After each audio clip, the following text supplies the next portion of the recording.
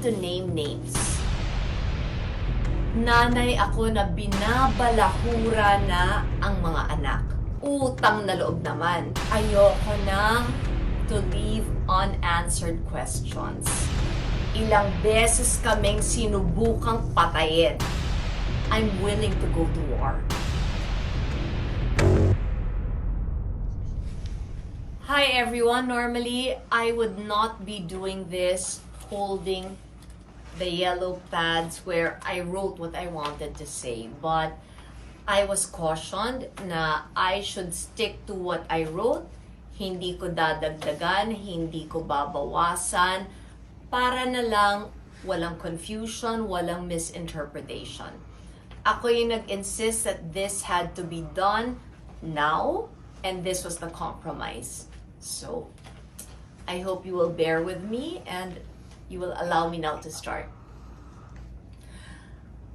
Naghintay po ako, nag-isip ako, because I now know by speaking or posting when I am angry or hurting, posibleng sirain ko pa ang sarili ko. Mas mahirap kasi ang damage control.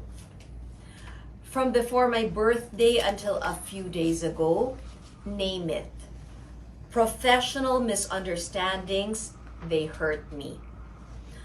A messed up 7-year romantic entanglement again started making me question my worth.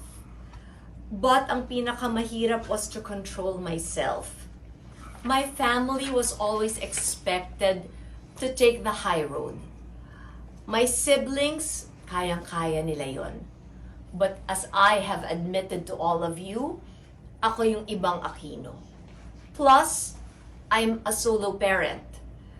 Nanay ako na binabalahura na ang mga anak. Sinubukan ko to shut up para wag na tong humaba.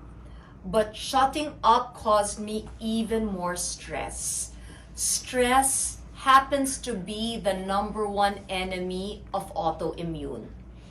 In just 1 week, OA sa pagka-malicious ang pag-target sa panganay at sa bunso ko. Inisip siguro kung mag-imbento tungkol sa panganay at tawaging bakla yung bunso, titiklop na yung nanay. Now, I am ready to name names. Kuya Josh happens to be very happy in Tarlac. He is not there para mag-establish ako ng presence in the same province where my father and my brother started their public service journeys. Pero kahit walang pangalan, walang picture, walang detalye, naglabas ng video sa YouTube na merong nabuntis si Kuya Josh. Now, my bunso, si Bib, bullying a 13-year-old dahil sa tingin ninyo or tingin nila na bakla siya. Utang na loob naman. This is 2021. We are living in 2021. Bib is tall, he is good-looking, he's well-educated, he is intelligent. First honor siya, di ba? He is articulate, respectful. Hindi siya palamura. And he happens to be very mature. 13 years old lang siya. Nakakahiyamang aminin.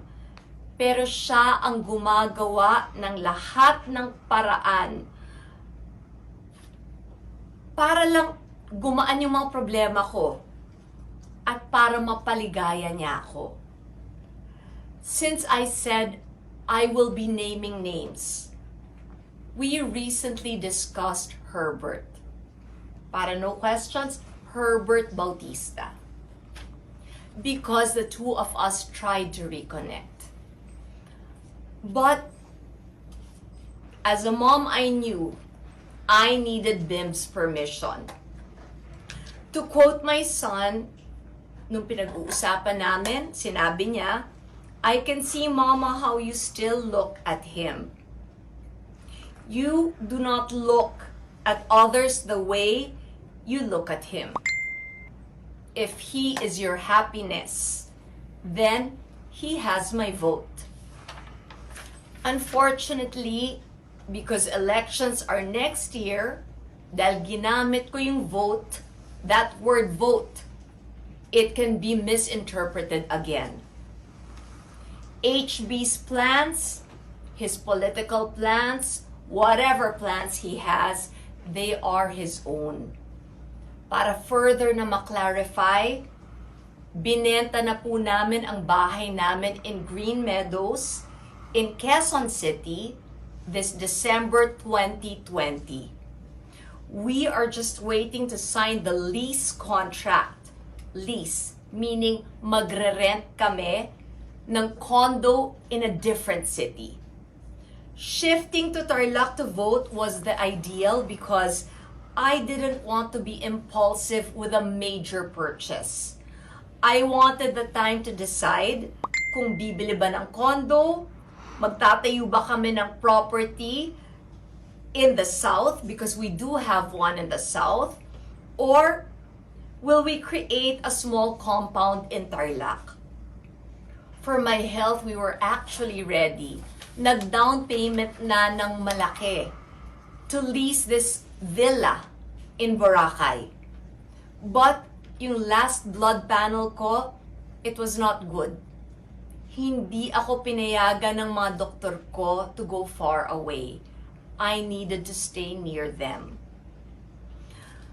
Ayoko na to leave unanswered questions.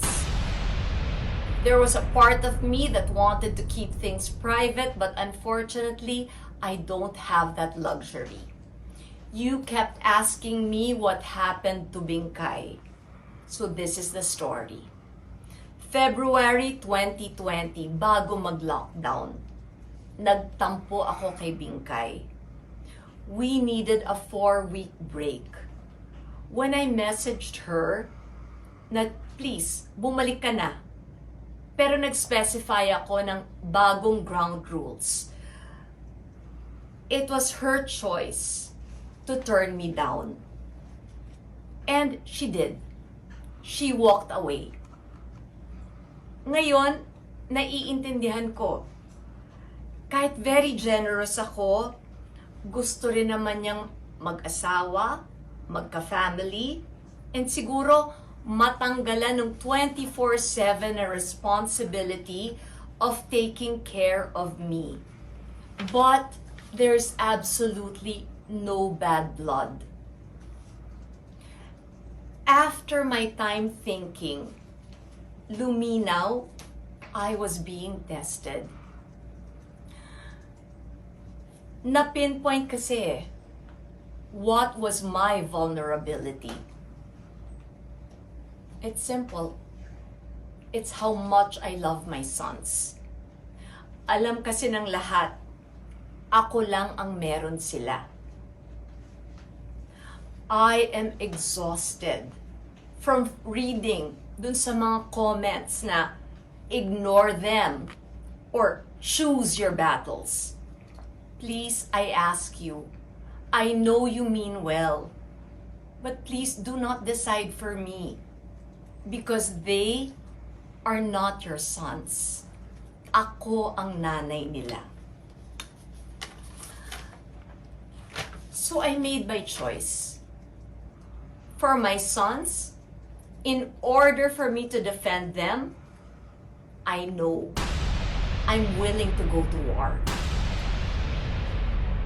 Because, ito na yung hinihintay nyo na because. Because hindi nila fault that they cannot count on their fathers. Hindi nila choice na ang nanay nila ang apelyido Aquino. Hindi nila kasalanan that the lies about my family will continue until history gets completely rewritten. Nagbanggit lang ako ng yellow brick road in an art card. Default mode na yung line of attack. The STD lumabas na. Akala ko pa naman nag-iisip. May I explain? Bala yan na laban sa akin. Pwede niyong paputukin kung tinago ko. You can use it against me if it was a skeleton I hid in my closet. But that happened 18 years ago. Ako mismo ang nag-tell all. I did that live on TV Patrol in my mother's house. That is an iconic interview. Alam kong iconic dahil nung panahon na yon, halos buong Pilipinas tumigil at nakinig at nanood sa akin.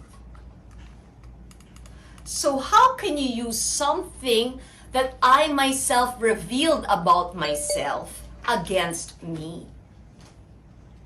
Yun ang advantage kasi of having lived an open book life. Wala kang kinakatakutan na pwede pang maibulgar. Kasi lahat ng sinasabi nilang kahinaan mo o mga kasalanan mo, alam na ng lahat.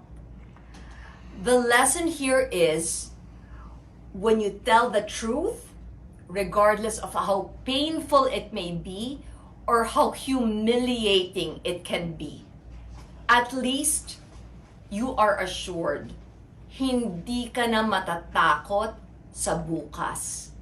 You will never fear tomorrow because you faced up to it when it was happening. How many times do I have to repeat?